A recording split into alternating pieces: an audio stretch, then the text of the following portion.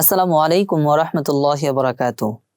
কেমন আছেন সবাই? আশা করি সবাই আল্লাহর রহমতে অনেক ভালো আছেন এবং আমাদের ক্লাসগুলো আপনারা নিয়মিত অনুশীলন করছেন।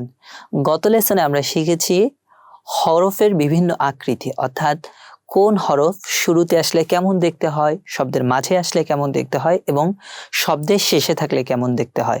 আলহামদুলিল্লাহ, আপনারা বুঝতে পেরেছেন এবং অনুশীলন করে এখন আপনারা হরফগুলো চিনতে পারেন। এই পর্বে আমরা ছোট্ট একটা হরফের উপর পরীক্ষা নিব। ভয়ের কিছু নাই, আমি তো আপনাদের সাথেই রয়েছি। সো একদম সহজ আকারে একটা পরীক্ষা নিব। আপনাদের যাদের পরীক্ষা দিতে কষ্ট হবে, অর্থাৎ বুঝতে একটু দেরি হবে, তারা দয়া করে আগের ভিডিওটা দেখে আসবেন এবং ওই ভিডিওটা বারবার অনুশীলন করবেন। চলুন হরফের উপর ছোট্ট একটা পরীক্ষা দেই। প্রথম হরফটি আপনারা একটু বলেন, এটা কি হরফ? নিচে এক নুক্তা থাকলে কি হরফ হয়? হ্যাঁ, এটা হলো বা। তারপরটা উপরে এক নুক্তা রয়েছে, নুন। এরপরটা হা। এরপরেরটা বা। এরপর উপরে তিন নুক্তা একটু খেয়াল করেন, সা। এরপর কোন হরফের নিচে দুই নুক্তা রয়েছে? ইয়া। এরপর হায়ের মতনই দেখতে, কিন্তু উপরে এক নুক্তা, খ। এরপর তিনটা দাঁত, কি এটা? সিন। এরপরটা একটু খেয়াল করেন, তিনটা দাঁত কিন্তু উপরে তিন নুক্তা, বলেন এটা কি? শিন। শিন। এরপর গোল কিন্তু উপরে একটা নুক্তা রয়েছে, এটা ফা। হ্যাঁ, ফা। এরপর একটু খেয়াল করেন, এটা আইন। আইন। এরপর লাম।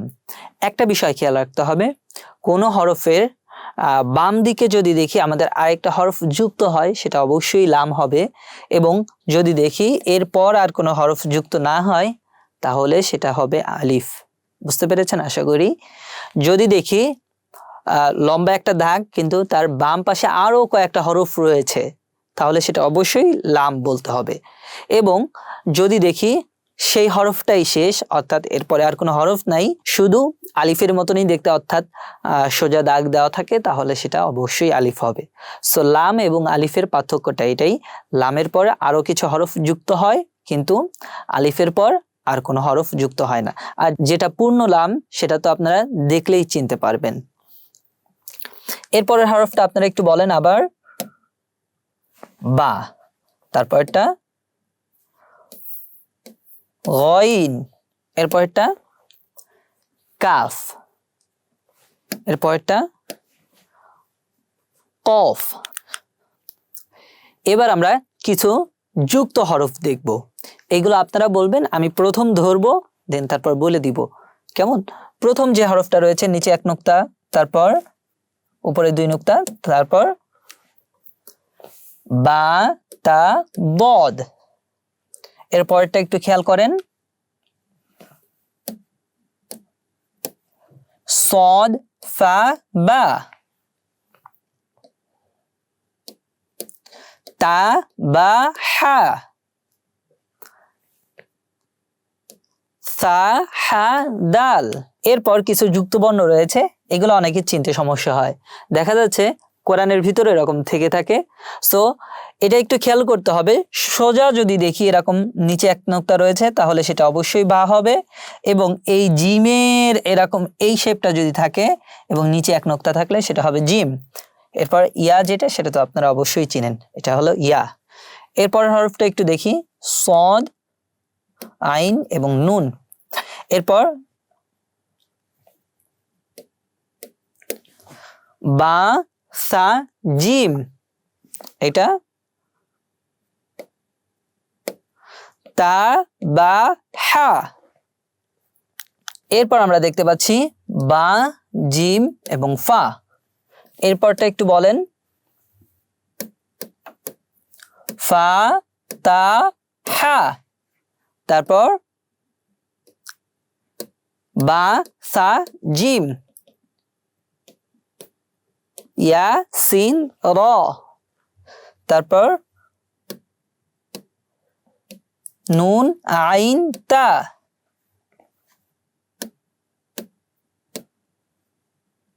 জিম বা লাম, হা ফা লাম, খ বা দাল। এই পেজটা আপনারা বাসায় বসে নিজেরা অনুশীলন করবেন।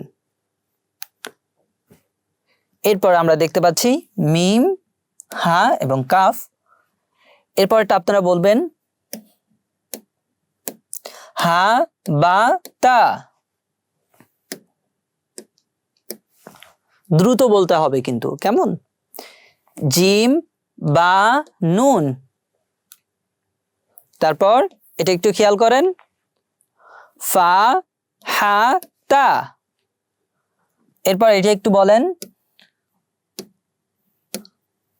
হা সদ সা, এরপর আইন ইয়া সিন, আইন নুন জিম। এবার আপনারা একটু বলেন এটা কি? বা জিম লাম। এরপর আমরা আরো কিছু শব্দ শুনবো আপনাদের কাছ থেকে। ফা হা তা, এটা একটু জোরে বলেন, এটা কি? বা খ দাল। এরপর একটা সহজ একটা শব্দ, হা সিন দাল, বা শিন দাল। এরপর বা সদ মিম, বা দদ মিম, বা আইন দাল, বা গইন দাল। এরপর যে পেজটা রয়েছে এটাও আপনারা বাসায় বসে অনুশীলন করবেন। এরপর আমরা একটু বড় শব্দগুলো অনুশীলন করব।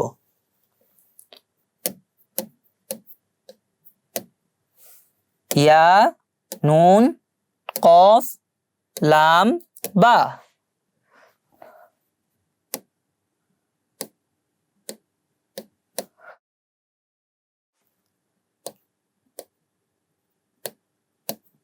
ইয়া তা কাফ লাম মিম,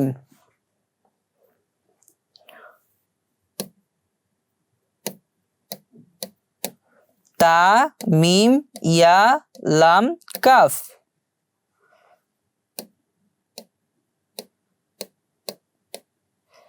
মিম মিম তা হা ইয়া নুন,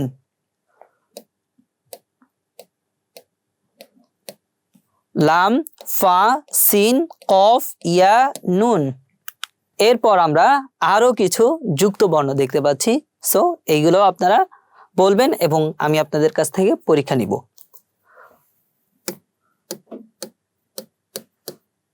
নুন জিম আইন লাম হা মিম আলিফ। এটা কিন্তু আলিফ, এটা আবার অনেকে লাম ভাবেন, এটা কিন্তু আলিফ হবে। আলিফের পরে কিন্তু দেখেন আর কিন্তু কোনো হরফ যুক্ত হয়নি। নুন জিম আইন লাম হা মিম আলিফ। এরপর যে যুক্ত বর্ণটা দেখতে পাচ্ছি, লাম লাম আইন লাম মিম ইয়া নুন। এরপর একটু বলেন, লাম নুন সিন হামজা লাম নুন হা মিম। এরপর আরো বড় একটা যুক্ত বর্ণ, লাম ইয়া জিম মিম আইন নুন কাফ লাম মিম। আরো বড়,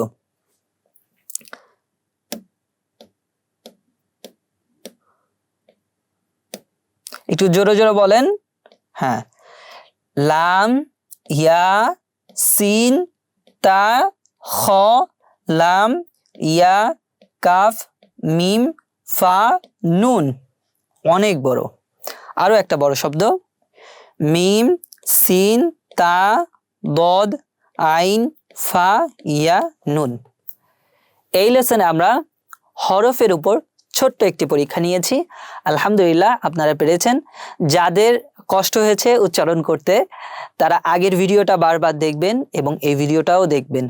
মনে রাখবেন, হরফ যদি সঠিকভাবে না চিনতে পারেন তাহলে কিন্তু আমরা কোরআন শরীফ শুদ্ধভাবে পড়তে পারবো না। সো হরফটা আগে চিনতে হবে।